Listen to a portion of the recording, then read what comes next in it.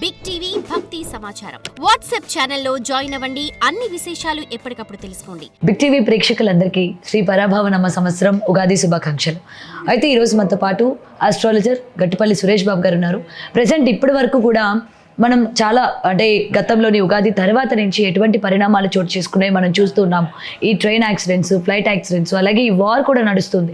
మరి ఇప్పుడు ఈ సంవత్సరం నుంచి ఏ విధంగా ఉండబోతుంది, దీని తీవ్రత ఏమైనా తగ్గే అవకాశాలు ఉన్నాయా, వీటన్నిటి గురించి తెలుసుకుందాం. సార్ నమస్తే. జై శ్రీమన్నారాయణ. ముఖ్యంగా గత సంవత్సరం ఎంత ఘోరంగా అసలు మనం చెప్పలేం. యాక్సిడెంట్లు కావచ్చు, ట్రైను, ఫ్లైటు, ఒకటి కాదు ఎన్నో వేల మంది చనిపోయారు. ఇప్పుడేమో వార్ నడుస్తుంది. అయితే ఇప్పుడు ప్రజెంట్ మనకి ఉగాది తర్వాత నుంచి పరిణామాల్లోని ఏమైనా మార్పులు చెందే అవకాశాలు ఉన్నాయా, లేకపోతే ఈ క్రైమ్ రేట్లు కావచ్చు, లేకపోతే ఈ విపత్తులు కావచ్చు, వీటి యొక్క సంఖ్య పెరిగే అవకాశాలు ఏమైనా ఉన్నాయంటారు? ముఖ్యంగా మన ప్రేక్షకులందరికీ కూడా పరావనామ శుభాకాంక్షలు, పరావనామ సంవత్సర శుభాకాంక్షలు అన్నమాట. ముందుగా తొలి అడుగు అనేది మనకి పరావనామ సంవత్సరాలకు అడుగు పెట్టబోతున్నాం. అందరికీ కూడా సుఖంగా ఉండాలి, శుభం జరగాలి, అష్టైశ్వర్య ప్రాప్తి కలగాలని చెప్పేసి అని మన తరపు నుంచి మన ఛానల్ ప్రేక్షకులందరికీ కూడా మనస్ఫూర్తిగా అయితే ముందు వాళ్ళకి దీవెనలు అయితే ఉంటాయి. ఇక మనకి దీవెనలు అంటే మతస్థుల దీవెనలు కాదు, ఆత్మ సంతృప్తి పొందేటువంటి దీవెనలు. ఓకేనా. ఇది తర్వాత వచ్చేసి ఈ యొక్క పరాభనామ సంవత్సరం మార్చి 19వ తారీఖు నుంచి ఏప్రిల్ 17వ తారీఖు 2027 సంవత్సరం వరకు కూడా ఉంటుంది ఈ పరాభనామ సంవత్సరం. ఈ సంవత్సరం పాటున మనం ఆలోచించినట్టయితే కనుక ఒక్కొక్క థియరీ, ఒక్కొక్క ప్రకారంగా మనం తీసుకోవాలి. ఇందులో ముఖ్యంగా ఈ పరాభనామ సంవత్సరంలో విపత్తులు, మనకి జరిగేటువంటి నష్టాలు ఏమున్నాయో మనం చూసినట్టయితే కనుక దానికన్నా కూడా మంచి కూడా ఉంటుంది. ఓకే, మంచి కూడా జరుగుతూ ఉంది. ఏమిటంటే కొన్ని రాసుల వారికి, కొన్ని నక్షత్రాల వరకు అయితే అద్భుతమైనటువంటి యోగం ఉంటుంది. నైటే కోటీశ్వరులు అయ్యేటువంటి యోగం ఉంటుంది. అలానే కొంతమంది అయితే నైటే నష్టపోయేటువంటి యోగం కూడా కనిపిస్తూ ఉంది. నైటే ఏదో ఒక రకమైన ముచ్చివాత పడేటువంటి యోగం ఉంది. అలానే గండాలు వచ్చేటువంటి యోగం ఉంది. ఇవన్నీ కూడా గ్రహించుకొని, గమనించుకొని వాటికి సంబంధించినటువంటి పరిహార నిమిత్తంగా చేసుకున్నట్లయితే కొంతమేర గ్రహాల యొక్క వారికి బాగుంటుందని చెప్పొచ్చు. అలానే ఈ పరాభనామ సంవత్సరం ఆరంభం నుంచి కూడా మనం దీనికి ముందు నుంచి కూడా మనం చూస్తూ ఉన్నాము. ఎన్నో రకాలైనటువంటి యుద్ధ వాతావరణం, ఎన్నో రకాలైనటువంటి ఇబ్బందులు కూడా మనకి చూస్తున్నాం, కనిపిస్తూ ఉన్నాయి. అలానే పరాభనామ సంవత్సరం ఎలా ఉండబోతుంది, 2026 మార్చి 19 నుంచి కూడా మారేటువంటి గ్రహరీత్యా మారేటువంటి గ్రహ ఛాయలు ఎలా ఉండబోతున్నాయి అనేది మన ప్రపంచాన్ని వాయిగా మనం చెప్పుకున్నట్టయితే కనుక ముందుగా మనకి ఇందులో చెడే చెప్పుకుందాం. ఈ పరాభనామ సంవత్సరంలో అయితే కనుక ఖచ్చితంగా గ్రహాల యొక్క స్థితిగతులు పరాభనామ సంవత్సరంలో రాహువు, అలానే బుధుడు, అలానే శుక్రుడు, రవి, ఈ నలుగురే రాజ్యం వెళ్ళబోతూ ఉన్నారు. ఈ 4 గ్రహాల యొక్క ఛాయ వలనే రాజ్యానికి రాష్ట్రం వచ్చినా, లాభం వచ్చినా కూడా ఏముంటుందనేది గ్రహించుకోవాలి. ఈ పరాభనామ సంవత్సరం మొత్తం కూడా రాహుతో కూడినటువంటి రవి భగవానుడు, వీరిద్దరే పరాభనామ సంవత్సరంలో రాజులుగా ఉంటున్నారు. ఇక శని భగవానుడు అయితే కనుక కొంచెం రాక్షస తత్వంతో కనిపిస్తున్నాడు. కాబట్టి ప్రతి ఒక్కరి దాంట్లో బద్ధకము, మందబుద్ధి, అలానే మర్చిపోవటము, ఏదో రకమైనటువంటి ఆరోగ్య సమస్యలు, వారే కొనకొచ్చినటువంటి ఆరోగ్య సమస్యలు, అంటే చెట్టు కొమ్మ మీద కూర్చుని కొమ్మను నరుకున్నట్టుగా అనమాట. వారికే నష్టపోయేటటువంటి తత్వము, నోటి దురుసుతనం కూడా ఎక్కువగా ఉంటుంది. ఎందుకు అంటే బుధుడితో కూడినటువంటి శని భగవానుడు ఉంటున్నాడు, అలానే రాహువుతో కూడినటువంటి బుధుడు ఉంటున్నాడు. కాబట్టి ఈ యొక్క ప్రభావితం అనేది మానవాళి మీద ఎక్కువ శాతం ఉంటుందని చెప్పొచ్చు. అలానే మనుషుల కన్నా కూడా జంతువులను ఎక్కువగా ప్రేమించేటువంటి గుణగణాలు ఏర్పడేటువంటి తత్వము, అలానే అమ్మాయిలకి అబ్బాయిలకి పెళ్లి చేసుకునేటువంటి తత్వము, అంటే జంబలగడి బొమ్మలాగా ఈ తత్వం ఎక్కువ అవుతుంది. ఈ తత్వాలు ఎక్కువ అవుతాయి. అలానే వైరస్లు కూడా ఈ పరాభనామ సంవత్సరాలు వచ్చేటువంటి యోచన అయితే కనపడుతుంది. దీనితో పాటు మనకి యాక్సిడెంట్లు అయ్యేటువంటి యోచన కూడా ఉంది. కాబట్టి సైలెన్సర్ లేని బైకులు ఇవ్వటం, ఏజ్ సరిపోయినటువంటి తత్వంతో ఉన్న వాళ్ళకి బైకులు ఇవ్వటం, కార్లు విచ్చవిడితనంగా తోలటం లాంటివి, రోడ్లు సరినియలేవో చూసుకోకుండా వారికి నచ్చినట్టుగా నిద్రపోతూ నడపడం లాంటివి చేసుకుంటే కూడా యాక్సిడెంట్ అయ్యేలా ఉన్నది. ఇంకోటి ఏంటంటే ప్రతి ఒక్కరి మీద రాహువు, శని యొక్క ప్రభావితం ఈ సంవత్సరం మొత్తం కూడా ఉంటుంది, గ్రాసులతో సంబంధం లేకుండా. కాబట్టి ఈ పరాభనామ సంవత్సరంలో ప్రయాణం చేసేటప్పుడు ఆచిచూచి చేయాలి, మాట్లాడేటప్పుడు ఆచిచూచి మాట్లాడాలి. ఈ రెండు కనుక మనకి అదుపులో ఉంటే మనం రాష్ట్రాన్ని ఏలకపోయినా, ప్రపంచాన్ని ఏలకపోయినా కూడా మన కుటుంబాన్ని చూసుకునే విధంగా ఉంటారు. లేదు అంటే కనుక మనల్ని చూసేదానికి 10 మంది వస్తారు. ఆ రెండు కూడా అదుపులో పెట్టుకోవాలి. డ్రైవింగ్ చేసేటప్పుడు ఒకటి, రెండోది మాట్లాడేటప్పుడు. ఈ రెండు ఆయుధాలు, ఈ రెండు కూడా మనల్ని కించపరుచుకోవడానికి, మనల్ని రోడ్డు మీద పడడానికి, మనకున్నటువంటి పొరుగు, ప్రఖ్యాత, హోదా, డబ్బు, పలుకుబడి ఇవన్నీ కూడా దిగదార్చుకునే విధంగా కనిపిస్తాయి ఈ రెండు మాత్రమే. ఇక తినేటువంటి ఆహారంలో కల్తీ ఆహారాలు ఎక్కువైతాయి కాబట్టి దాన్ని కూడా ప్రికాషన్స్ తగ్గట్టుగా చూసి ఆచిచూచి ఆహారం తినే విషయంలో కూడా జాగ్రత్తగా ఉండాలి. ఇక గండాలు, ఈ గండాలు వచ్చేటప్పటికి నవగ్రహాలకి అభిషేకం చేసుకోవడమా, నవగ్రహ శాంతి హోమాలు చేసుకోవడమా చేసుకోవాలి. అంతేగాని ఎవరో చెప్పారండి శని అష్టదిగ్బంధంలో ఉంది, శని అష్టములో ఉన్నాడు, శని వచ్చి నిలకడగా నిలబడిపోయింది, స్టాచ్యూ అయిపోయింది, దానికి యజ్ఞయాగాలు హోమాలు చేయాలి, లక్షల రూపాయలు గురువులకు ఇవ్వాలంటే మాత్రము ఖచ్చితంగా వాళ్ళు ఏదైతే కందిపప్పుతో వండుకున్నటువంటి పప్పులు వాళ్ళ కాలు వాళ్ళు వేసుకున్నట్టే, చేయి పెట్టుకోకుండా కాలు వేసుకున్నట్టే. ఎందుకంటే ఏ హోమాలు యజ్ఞాలు చేయించేటువంటి అవసరం లేదు, అలాంటి అవసరం కూడా లేదు. ఏదైతే నవగ్రహాల చుట్టూ తిరుగుతామో, నవగ్రహాలకు అభిషేకం చేసుకుంటామో, శని భగవానుడికి నమస్కారం చేసుకుంటామో, ఓం నమో శనీశ్వరాయ అనే ఒక బీజమంత్రాన్ని జపం చేసుకుంటామో ఆ దానికి సరిపోతుంది. రాహుకైనా కేతువుకైనా జపాలున్నాయి, దానాలున్నాయి, దానికి చేసుకుంటే సరిపోతుంది. కానీ లక్షల రూపాయలు అందరూ చేయొచ్చు. లక్షల రూపాయలు ఇచ్చేసి దొంగ స్వాముల దగ్గరికి వెళ్ళేసి, దొంగ గురువుల దగ్గరికి వెళ్ళేసి వాళ్ళ పాపాలని మనం కరిగేటట్టుగా కాకుండా మనకి మనంగా ఇండివిజువల్గా వ్యక్తిగతంగా చేసుకునేటువంటి సదవకాశాలు ఉన్నాయి. ఆలయాల్లోకి వెళ్తే అర్చకులు వారు ఉంటారు, వారు యజ్ఞ యాగాలు హోమాలు అవసరం లేకుండా అర్చన చేస్తారు, నామం ఉచ్చారణ చేస్తారు, అన్ని రకాలుగా బాగుంటుంది. ఇక ఈ సంవత్సరం మొత్తం కూడా హనుమాన్ మందిరంలో కానీ లేదా వినాయక స్వామి వారి కానీ ఎక్కువ కొలుచుకుంటూ ఉండాలి. అందరూ కూడా చేసుకోవచ్చు. ఇకపోతే ఈ ఒకటి మానవాళి చేసుకోవాల్సినటువంటి పనులు.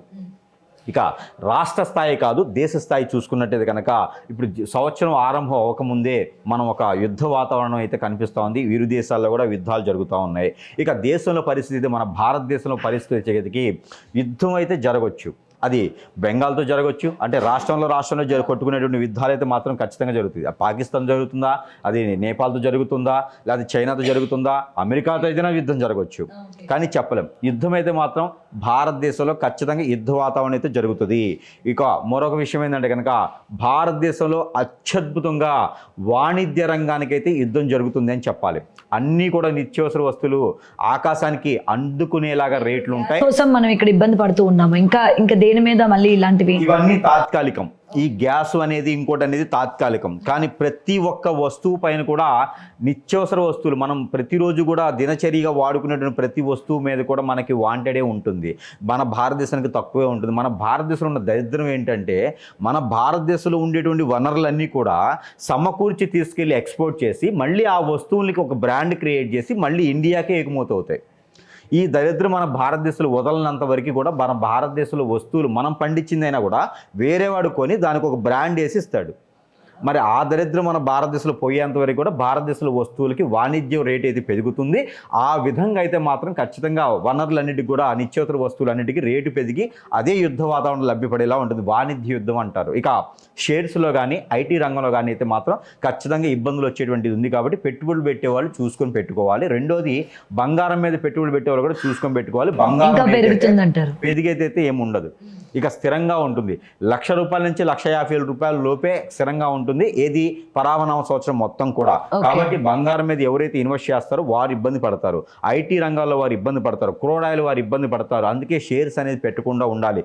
ఒకటి ఉందండి, భూమి పైన డబ్బు పెట్టిన వారు, భూమిపైన పెట్టుబడులు పెట్టిన వారైతే ఖచ్చితంగా వారు ఆ సంవత్సరం కాకపోయినా ఈ సంవత్సరం కాకపోయినా ఏదో ఒక సంవత్సరానికి అయితే కనుక వారు ఉత్తీర్ణులు అవుతారు.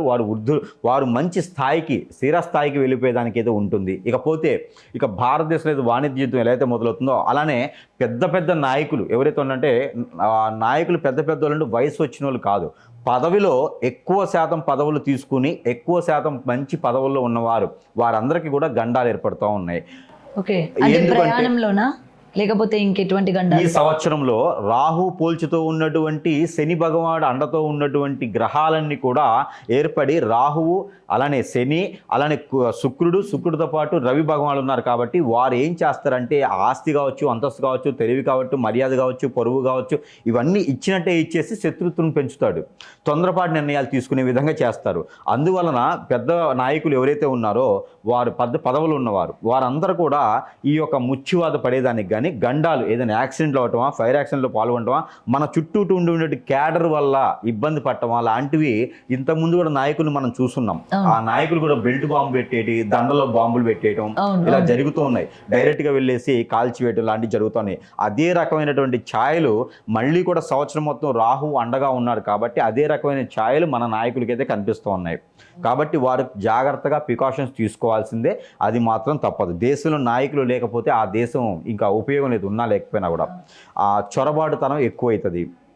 ఇకపోతే ఈ పరాభనామ సంవత్సరంలో విదేశీయులందరూ కూడా భారతదేశానికి వచ్చి నిలకడగా ఇక్కడ నిలదొక్కునే దానికి ఎక్కువ అవకాశాలు ఉన్నాయి. మన భారతదేశాన్ని నమ్ముకునేటువంటి దరిద్రం అంతా కూడా మన భారతదేశంలో పుట్టినటువంటి వారి వల్లనే అవుతుంది.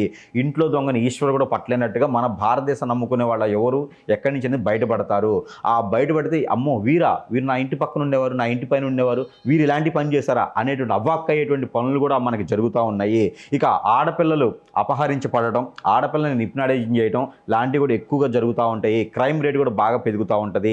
ఇక జంబలెడి బొమ్మ సినిమా లాగానైతే మాత్రం ప్రజలు ఏర్పడిపోతున్నారు కాబట్టి చాలా జాగ్రత్తగా ఉండాలి. మర్యాద పూర్వకంగా వారికి ఎన్నో రకాలైనటువంటి అంటే ఇప్పటికే మనం చూడలేకపోతున్నాం ఆడవాళ్ళని, మగవాళ్ళని. ఇది ఇంకా ఎక్కువగా పెరుగుతుందంటే అసలు ఏంటి అసలు మెయిన్? ఇది ఇంకా ఎక్కువ పెరుగుతుందండి. ఇది నాగరికత అనుకుంటారు అందరూ. గ్రహాల యొక్క స్థితిగతులు కూడా దీనిలో మలచడం అయినది. గ్రహాల యొక్క స్థితిగతులు కూడా ఏం చేస్తారంటే కలి భగవానుడి యొక్క కృప ఎక్కువ అవుతుంది అనమాట. మన భారతదేశంలో కలి భగవానుడు ఏవైతే శాస్త్రాలు ఉంటాయో, ఏదైతే వారికి ఉన్నటువంటి బుద్ధి బలం ఉంటుందో అవన్నీ కూడా ఈ పరాభనామ సంవత్సరంలో కొంతమేర అంటే 25% బయటపడిపోతుంది. కలి భగవానుడు ఆయన ఉండేటువంటి రూపురేఖలు మీరు ఎప్పుడైనా చూస్తున్నట్టయితే కనుక ఆయన రూపురేఖలు ఏముంటాయి అంటే నోరు మూసుకొని ఉంటాడు, సెన్సిటివ్ ప్లేస్లో చేయి పెట్టుకొని ఉంటారు. ఆ కలి భగవానుడు ఎందుకు ఉంటారంటే కనుక ఆ కులము మతము లేదు, వాయుభేదం లేదు, అంటే ఏమీ రిలేషన్ అనేది వారికి ఉండదన్నమాట. అలాంటి భేదాలు సృష్టిస్తారు మన మైండ్లో కలి భగవానుడు. కాబట్టి ఎవరి గొయ్యి ఇంకోటి తీసే అవసరం లేదు, ఎవరి గొయ్యి వారే తీసుకుంటారు, ముందు నుయ్యి వెనక గొయ్యి అనే విధంగా ఎవరి నూతి వారే తీసుకొని దిగి దాంట్లోనే కుక్కీ మిట్లు ఆడుకుంటారు అన్నమాట. కుడుతులు పడ్డ వెలికిలాగా వెళ్ళిపోతూ ఉంటారు. ఇంకొకరు ఎవరు తీసే అవసరం లేదు, గొయ్యిని వారే తీసుకుంటారు. వారి యొక్క చేతగానితనం కాదు, తెలివితేటలు, అతి తెలివి, ఈజీ మనీ కోసము, తొందరపాటు తనము, ముందుగా నేనేదో ముందు సంపాదించుకోవాలని, ఇవన్నీ కూడా ఈ యొక్క పరాభనామ సంవత్సరంలో చూడబోతూ ఉన్నాము. ఇకపోతే ట్రావెలింగ్స్ కానీ, ఫ్లైట్స్ కానీ, ట్రైన్స్ కానీ ఫైర్ యాక్సిడెంట్ అయ్యేటువంటిది ఉంది. అలానే ఈ ఫ్లైట్స్ కూడా హైజాక్ అయ్యేలాగా కనిపిస్తున్నాయి, హైజాక్ కూడా అవుతాయి. ఉగ్రవాద చర్యలు కూడా ఎక్కువగానే కనిపిస్తాయి. అలానే ఈ ఉగ్రవాద చర్యల్లో ఎవరికి వారే బాంబులు పెట్టుకోవడం, ఎవరికి వారు ఎక్కడ పడితే అక్కడ బాంబులు పేలటంలో కూడా బాగా కనిపిస్తూ ఉంది. ఈ యొక్క క్రైమ్ రేట్ అయితే మాత్రం పరాభనామ సంవత్సరంలో అతిగా మనం చూడబోతున్నాము. పెద్ద పెద్ద నాయకులకి అయితే గండాలు తప్పవు. వారు అందరూ కూడా దాని దగ్గర ప్రికాషన్ తీసుకోకపోతే ఖచ్చితంగా జరిగే అవకాశాలు ఏమైనా ఉన్నాయా? ఖచ్చితంగా ఉందండి. పెద్ద నాయకులు అన్నారు కదా, పెద్ద నాయకులకు ఉన్నది. దాంట్లో ముఖ్యంగా చెప్పాలి అంటే కనుక జాతక ప్రకారంగా పరిశీలన చేసినప్పుడు ఈ పరాభన సంవత్సరంలో మన నరేంద్ర మోడీ గారు ప్రెసిడెంట్ గారు ఎవరైతే ఉన్నారో ఆయనకైతే మాత్రం ఖచ్చితంగా ప్రమాద శాస్త్రం కనిపిస్తూ ఉంది. మన యోగి ఆదిత్యనాథ్ గారికి ప్రమాదకారిక కనిపిస్తూ ఉంది. మరొక మాట ఏంటంటే పవన్ కళ్యాణ్ గారికి కూడా కనిపిస్తూ ఉంది. ఇలాంటి నాయకులకైతే మాత్రం ఖచ్చితంగా ప్రమాద శాస్త్రం కనిపిస్తూ ఉంది. వీరైతే మాత్రం జాగ్రత్తగా ఉండాల్సినటువంటి సందర్భం అయితే ఉంటుంది. ఇక రాష్ట్రాల్లో వచ్చేటప్పటికి ఎలక్షన్స్ అయితే కూడా వస్తూ ఉన్నాయి. ఈ పరాభనామ సంవత్సరంలో 5 రాష్ట్రాల్లో ఎలక్షన్స్ జరుగుతూ ఉంటాయి, 5-6 రాష్ట్రాల్లో ఎలక్షన్స్ కూడా వస్తూ ఉంటాయి. ఎవరు ఊహించని స్థాయిలో గెలిచేటువంటి ఆ యోచన కనిపిస్తూ ఉంది. కొత్త నాయకత్వాలు, కొత్త నాయకులు అయితే వచ్చేటువంటిది బాగా కనిపిస్తుంది. కొత్త పార్టీలు కూడా పేరు ప్రఖ్యాత కాంచి వారు కూడా ఎనడూ లేనటువంటి పలుకుబడి కావచ్చు, ఎనడూ లేనటువంటి ఓటు లెక్కింపు కావచ్చు, ఓటు గుర్తింపు కావచ్చు వారికి లభ్యపడుతూ ఉంది. ఆ పదవులు కూడా వారికి అంటగట్టేలా కనిపిస్తున్నారు. కాబట్టి ఇలాంటివన్నీ కూడా మిరాకిల్స్ అని చెప్పొచ్చు. అలానే ఇరు పార్టీలు సైతం కూడా పార్టీలు మారేటువంటి అవకాశాలు ఉన్నాయి. పెద్ద నాయకులకి అయితే మాత్రం ఖచ్చితంగా చెప్పేటట్టు లేదు. కాబట్టి వారైతే జాగ్రత్తగా తీసుకోవాల్సిందే. చండీ హోమం లాంటివి, అలానే అశ్వమేధ యాగాలు లాంటివి ఖచ్చితంగా పెద్ద నాయకులు చేయించుకోవాల్సిందే. ఇకపోతే నరేంద్ర మోడీ గారికి ఆయన జాతక పరిశీలన నేను చూసినప్పుడైతే కనుక వేరే దేశస్థులు తనని ముచ్చివాదు పరిచేలా కనిపిస్తున్నారు.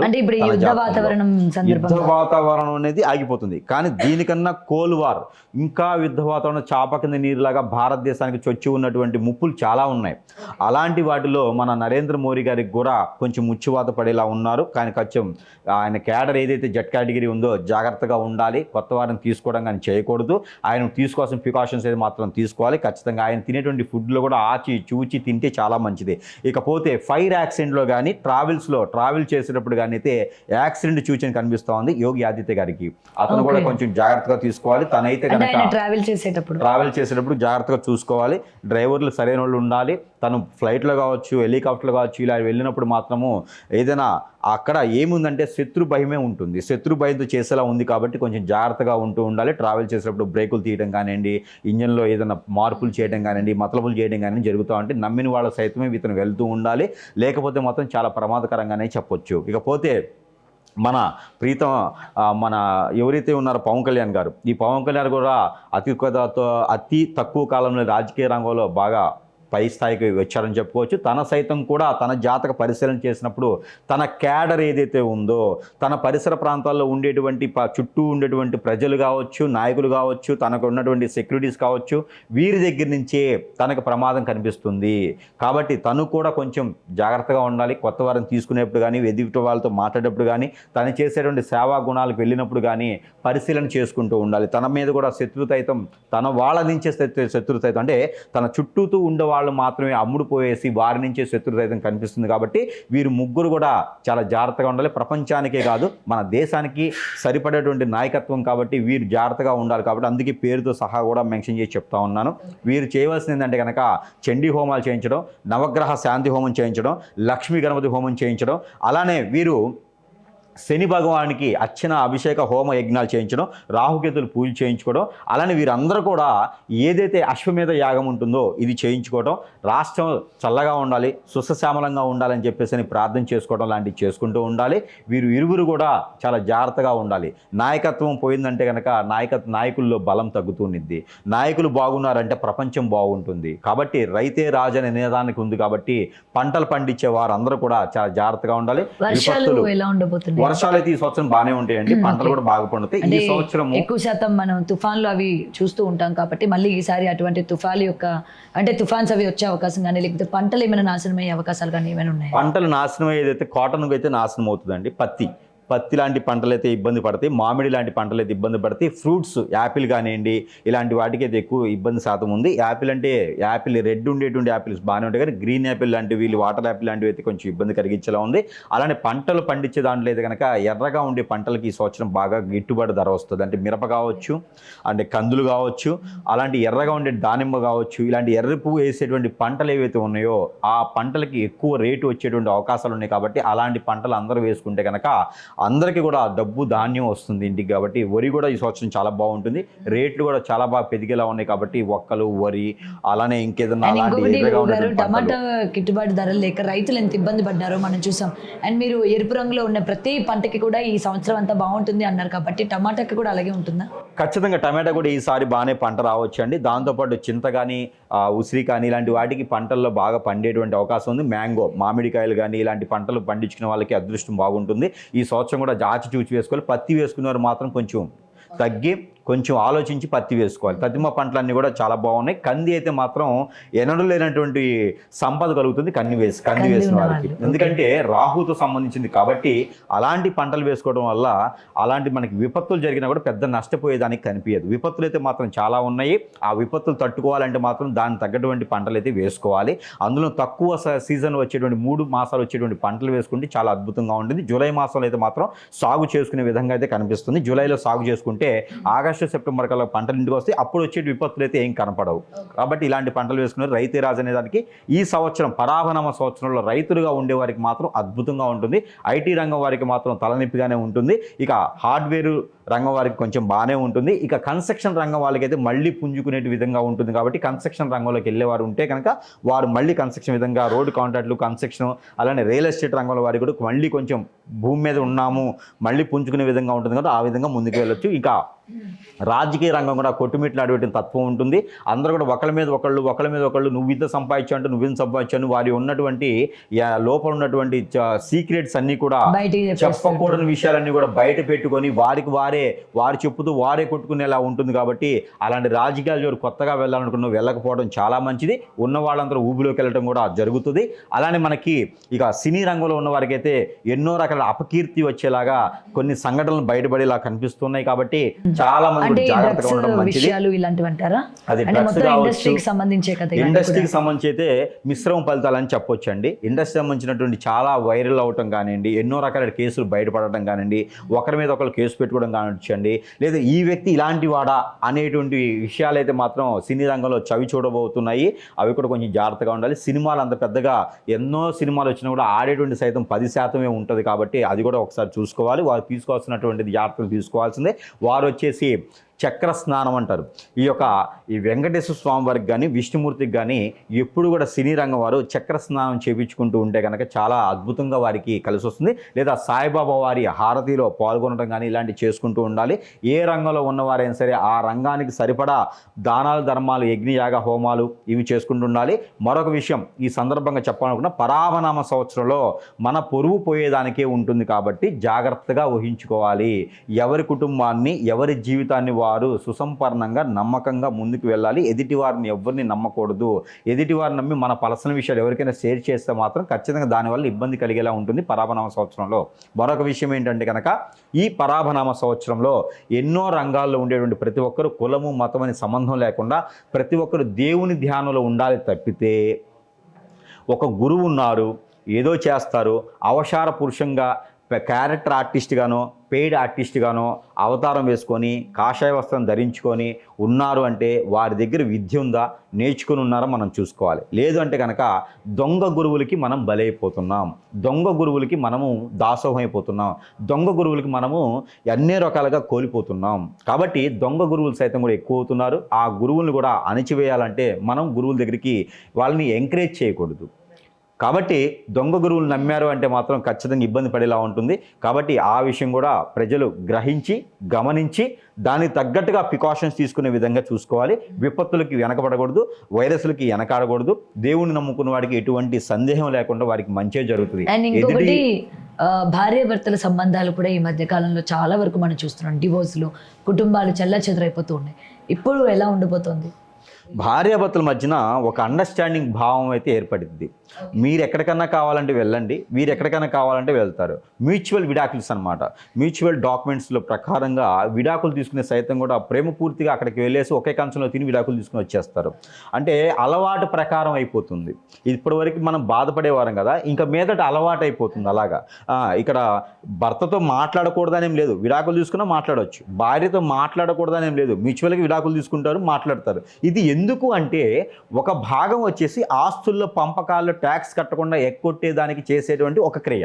రెండోది పాత లవ్వులు కానీ ఇష్టాలు కానీ అన్నప్పుడు ఇరు వర్గాలు కూడా సంకిత భావంతో నువ్వు చేసేది నువ్వు చేయి, నేను చేసేది నేను చేస్తా అనేటువంటి స్వభావం ఏర్పడి ఎవరికి వారికి చైతన్యం అనుకుంటూ వారు చేసేటువంటి స్వభావంతో చేసేటువంటి క్రియలు.